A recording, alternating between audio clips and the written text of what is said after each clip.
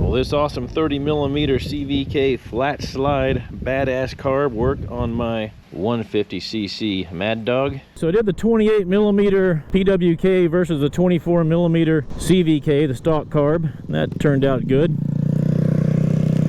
Obviously the PWK was way better.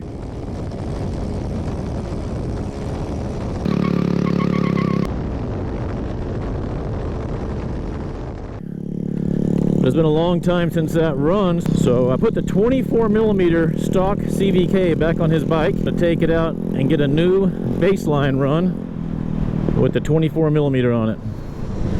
And I got the e-bike because the speedometer is calibrated, and I can just pace him and see what kind of speed he does.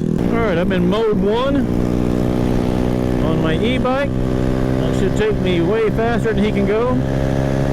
56 miles an hour. He's struggling. 59, 60 miles an hour. 61, pretty good for a stock Maddog 150. I mean, it's got a cam in it. It's got an open exhaust and an air filter. 62, 61, 62. I'm gonna call it 62. It looks like 62 is his max. That's pretty good. His license plate's falling off. Jesus Christ. There's always something with that bike. It's because it's a Maddog. Your shit rattled off. I had that on there tight too. I ain't know what's going on. Oh well. JB Weld. So I ordered this CVK on Amazon. I was looking for a 28mm CVK to compare it with a 24, but I don't think they make one. The next bigger size than the 24 I could find is this 30mm, but it's pretty cool. I hope it works and it's not too big, with the removable bowl so you can change jetting. Got the real drain valve, but here's the cool thing. It has an accelerator pump, just like the 50s do. When you give it some quick throttle stabs, presses this pump down, sprays some fuel right up in there, and it makes it so easy to start. I'm gonna bolt this on with the jets it came in. CVKs are real forgiving because they're vacuum operated, so they will kind of run with a poor tune, or if you have a PWK or Nibby or something like that, you're gonna have to tune it better. It's a good sloppy carb. It makes for an easy change. The cable's gonna be the same. This is made for a push-pull system. We only have a pull system. One of those will have to line up. I'll see when I take the other one off. And a really cool thing about this 30 is, if you look inside there, this is a flat slide.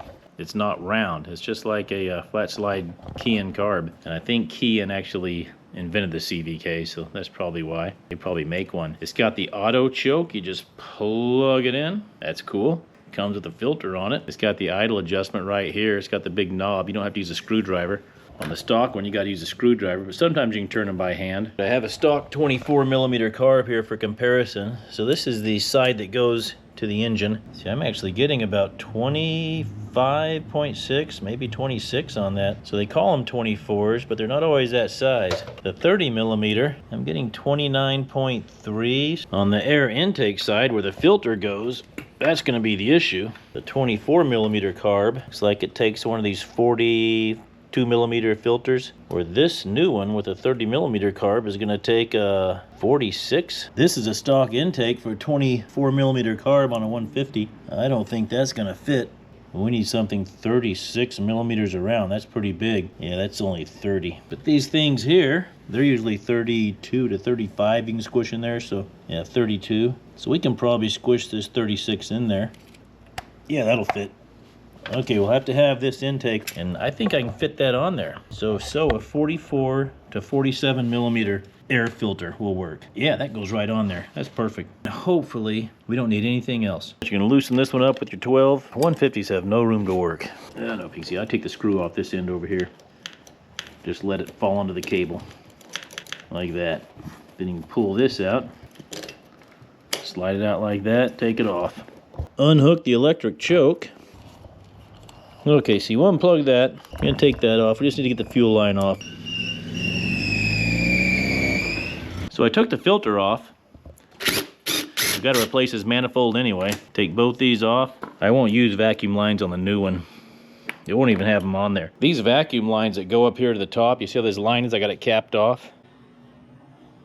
and it goes up here to the top and it goes into this doodad right up here. I've heard all sorts of things. They think it's a vacuum assist for the slide. Wrong. And they think it's a accelerator pump. Wrong. That is an emissions thing. And that's all it is. You can cap that off, put your thumb over it. You can leave it open air. It doesn't matter what you do with this. This can be gone. I just did this to make no vacuum leaks. So don't fret over that if you have one. This new carb doesn't have one. And this line up here you see on the top, that one, that's just an overflow. So if you fall over on your bike, if you tip over, the gas flows out of it. You can just drain your gas like that.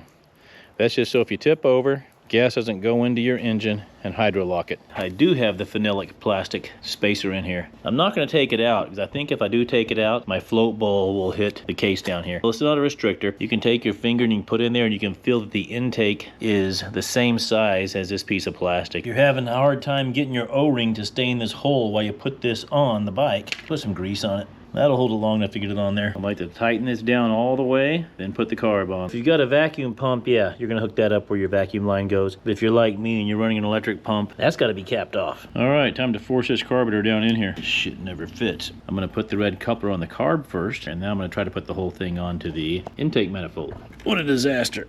But this accelerator pump I like so much hits that frame, so you can't get it in there. It does fit in here, and it doesn't hit the bottom. I'm gonna assemble the whole thing first and then put it in here. This is about to not happen. Don't have that much room in there. That coupler spaces these things out about 1/4 of an inch. I need it to be this close, maybe closer. I could cut this off. I'm at the point now where I can safely say this mod can't be done, but I'm gonna do it anyway. I took scissors and cut that much off of this. I took a hacksaw and took that much off of this. I couldn't use my cutoff wheel because it's aluminum and shit just gums up and gets hot. So yeah, now that it looks like a 3rd grade art project, I'm gonna try to put it back in there. So it'll fit in there now, but I can't get it in there because these studs are at an angle and the whole thing hits this bar here. I can line it up, then put the studs in like bolts. So with the studs off, I was able to slide it down in there. Now I'm putting the studs back in the holes. Put your nuts on just like this nightmare never happened. Hard as it may be to believe, that thing's in there. You never know where these idles are set. This thing may just take off on you.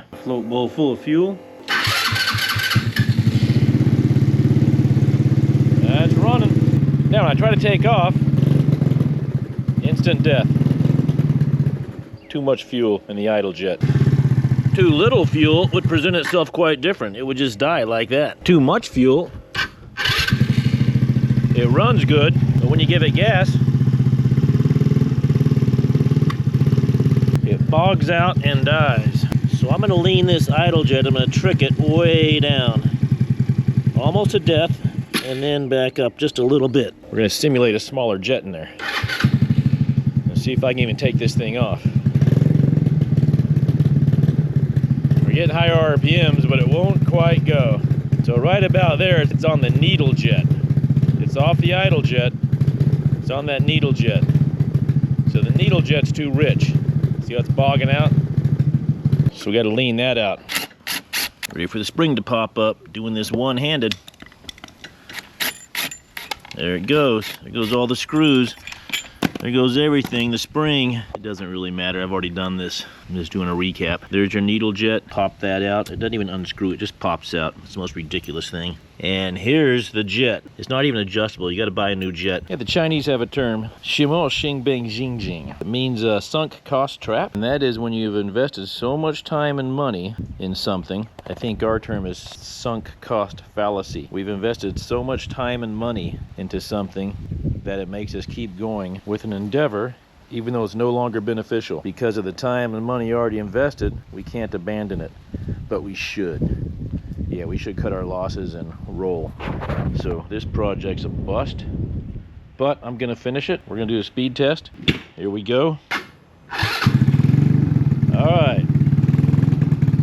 I've got myself going 0. So yeah, 62 mile an hour loss. Test complete, don't get a 30mm carb. So there's no need to post links down in the description because only a fool would buy it. Oh, that's me. Chinese for thank you is JJ.